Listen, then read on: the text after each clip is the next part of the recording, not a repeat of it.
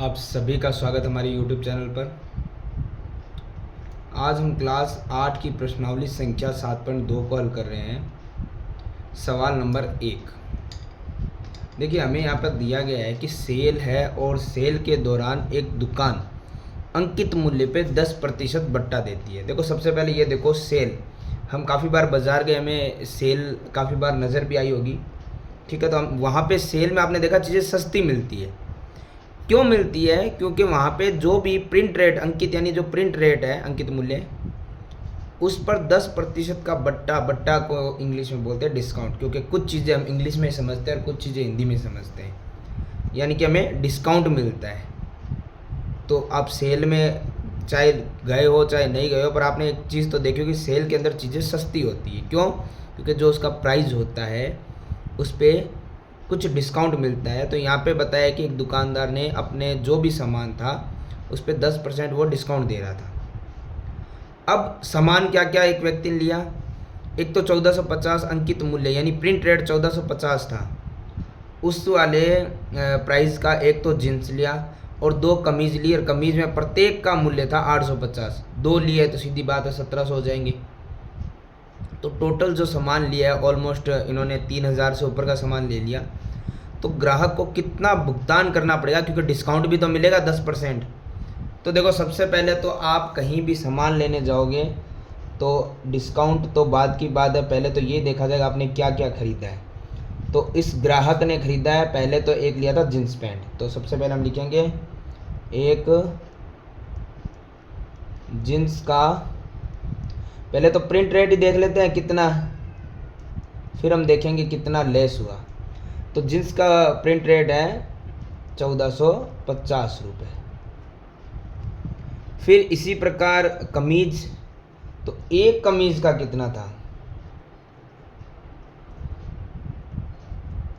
एक कमीज का अंकित मूल्य था 850, लेकिन उसने कितनी कमीजें ली है? 2। सिंपल सी बात, आप भी अगर 2 लोगे तो आपको पता है प्राइस तो फिर डबल हो जाएगा, क्योंकि 850 गुणा 2 हो गया है 1700 रुपये। इन शॉर्ट दुकानदार ने अंकित मूल्य के हिसाब से तो जींस और 2 कमीजें ले ली है, क्योंकि 2 कमीज का प्राइस निकालना था। तो उसके पैसे ऑलमोस्ट अंकित मूल्य के हिसाब से अगर मैं देखूँ तो 1450 और 1700 रुपये, यानी कि ये हो गया हमारे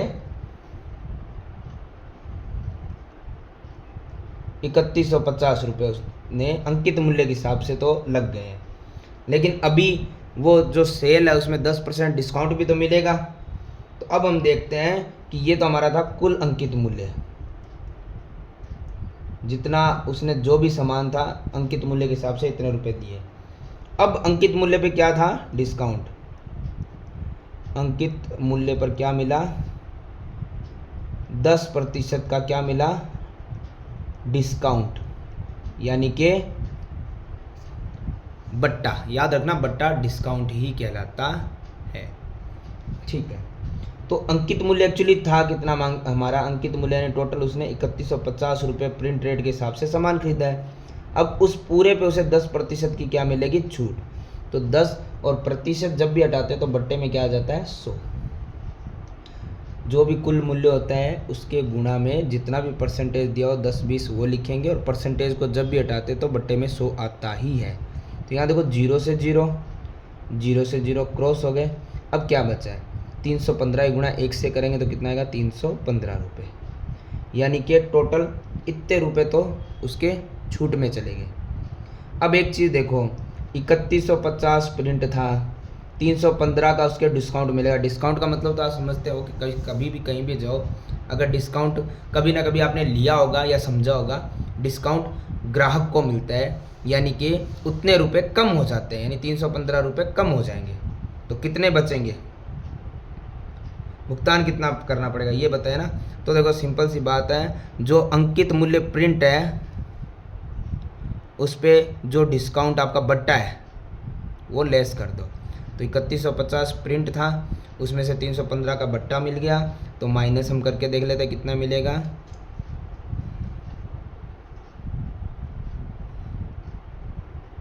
2835 रुपये। उसको चुकाने पड़ेंगे इस सामान के लिए। ठीक है, सिंपल वे में अगर आप देखो तो इसका मतलब ये है। इसका एक तरीका मैं और बता देता हूँ आपको। देखो, इसमें अगर आप चाहो तो एक और तरीका भी कर सकते हैं। वैसे तो यही हो जाएगा, बट आप चाहो तो ये और के लिए, इसका मतलब ये है कि दोनों में से एक ही तरीका देखो, दोनों नहीं करने। ठीक है ना। इसमें क्या करना होता है आपको, एक सिंपल सी चीज़ बता रहा हूँ। सबसे पहले जो डिस्काउंट परसेंटेज दिया उसी को माइनस करो। हमें पता है कि टोटल परसेंटेज कितना होता है 100। उसमें से जितना भी डिस्काउंट मिल रहा है 10, 20, 15% जितना भी मिल रहा है उसको माइनस कर दो। कितना बचेगा 90%। यानी दुकानदार को ग्राहक 90% ही प्राइस दे के आएगा जितना भी सामान है उसका। ठीक है, तो अंकित मूल्य तो वापस जोड़ के देख लो, वो आना तो वही 3150। यानी 3150 पर वो 100% नहीं, सिर्फ 90% ही देगा, क्योंकि 10% को तो छूट मिल गई ना उसको। और छूट का मतलब माइनस हो गया, चाहे वो रुपए निकाल के आप माइनस कर दो, चाहे सीधे ही माइनस कर दो। तो प्रोग्राम तो वही रहेगा कि 90% हटाओ तो बटे में क्या आएगा 100। 0 से 0 और 0 से 0 क्रॉस हो गया। अब 315 गुणा 9 से करने जो आप कर ही लोगे तो ये हो गया 9 5 45, 4 9 एकम 9 और 4 13, 9 3 27 और 1 28, यानी 2835 रुपये ही चुकाने हैं। तो और इस तरीके से कर लो, चाहे पूरा ये तरीका कर लो, बट ये बढ़िया है, आपको याद रहेगा। तो कोशिश इस तरीके से करो। ये तो चेक करने के लिए रखो, ठीक है ना, कि किस प्रकार से हमने चेक किया। तो ये हुआ सवाल नंबर 1 कंप्लीट।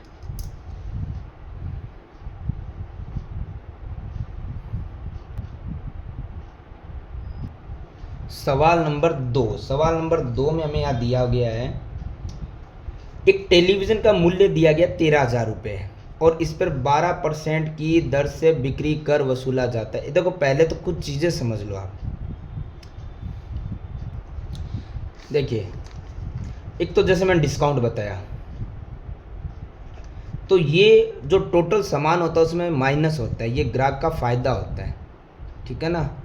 अगर मैं बात करूँ किसी भी बिक्री कर की या कोई भी कर हो, कर मतलब टैक्स, अब वो चाहे जीएसटी का हो या बिक्री कर यानी सेल्स टैक्स हो, कोई भी प्रकार का टैक्स हो, वो होता है प्लस, यानी हमारे लिए नुकसान है क्योंकि वो पैसा बढ़ जाता है। तो याद रखना, डिस्काउंट घटेगा और जीएसटी या सेल्स टैक्स या किसी प्रकार का कोई भी टैक्स हो, वो इसमें क्या होता है, ऐड होता है। और एक होता है वेट, वेट में इसमें क्या होता है, ऐड हो जाता है। ठीक है, जैसे जैसे आगे हम बढ़ेंगे उसको हम समझते जाएंगे। अभी के लिए फ़िलहाल आप ये समझिए ताकि हम इस सवाल को आगे हल कर सकें। तो देखो, जैसे ये टेलीविज़न था 13,000 का, उस पर बिक्री कर लगा है। तो मैंने बताया कि बिक्री कर हो या कोई भी कर हो, कर का मतलब होता है टैक्स। याद रखिएगा, टैक्स हमेशा उस प्राइस में प्लस हो जाता है। डिस्काउंट जैसे माइनस होता है, टैक्स प्लस हो जाता है। ठीक है ना। तो ये कह रहा है अगर टैक्स लगने के बाद विनोद इस टेलीविज़न को खरीदता है तो कितने रुपए देगा। तो देखो, सबसे पहले तो टीवी का मूल्य क्या था, जैसे वो जींस पैंट और शर्ट का मूल्य था ना, अंकित मूल्य जो था वो देख लो। तो यहाँ पे है 13,000 रुपये। फिर देखो, जैसे डिस्काउंट परसेंटेज में था, बिक्री कर परसेंटेज में दिया तो हम लिख देंगे इस पर बिक्री कर कितना है, 12% है। सिंपल सी बात, उसमें हमने क्या किया था, अंकित मूल्य को प्लस करके लिख लिया था। यहाँ तो अंकित मूल्य एक ही समान का है तो बस वही लिखा जाएगा। देखो, सिंपल सी चीज़ मैं बता दूं, अगर हमें बिक्री कर या कुछ भी है उसको ऐड करना है तो बाद में करेंगे। पहले तो हम कुल संख्या के साथ में जो परसेंटेज होता है उसको लिखते हैं और परसेंटेज को हटा के बट्टे में 100 लगाते हैं। यही हमने पिछले सवाल में भी किया, अगर आपको याद हो तो देखो, 2 0 से 2 0 तो क्रॉस। अब बच्चा है ऊपर 130 और गुणा 12, भाग में तो 1 का वैसे भी कोई मतलब नहीं है, वही का वही आना है। तो गुणा करेंगे तो 0, 1560 रुपये। ये वो बिक्री कर आया है। क्या आया, ये बिक्री कर। पहले टैक्स में था, हमने रुपए में निकाल लिया। अब जैसे क्या होता है, जो हमारे टीवी का मूल्य है, सबसे पहले तो हमें पता है कि वो टीवी का मूल्य प्लस में बिक्री कर तो जुड़ेगा। यही डिस्काउंट होता तो घट जाता। ये दोनों जुड़ने के बाद ही वो पैसा विनोद देगा। तो हमें बताना है कि विनोद कितना भुगतान करेगा। तो विनोद द्वारा भुगतान की जाने वाली राशि पेमेंट। तो टीवी का मूल्य कितना था? 13,000। बिक्री कर कितना आया? 1560। इन शॉर्ट उसने कितने मूल्य मतलब कितने रुपए चुका दिए उस टोटल सामान के? तो देखो दोनों को हम क्या कर देंगे? प्लस कर देंगे। तो ये हो गया 13,000 और 14,560। इतने रुपए उसने चुका दिए हैं उस टीवी के। तो इस प्रकार से हमारा सवाल नंबर 2 होता है कंप्लीट।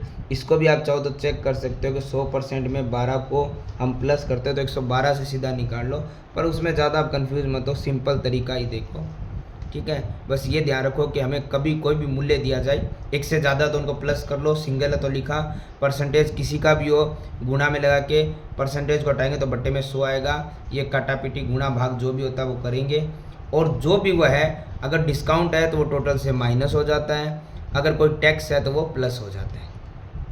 तो ये हमारा 2 नंबर सवाल होता है कंप्लीट।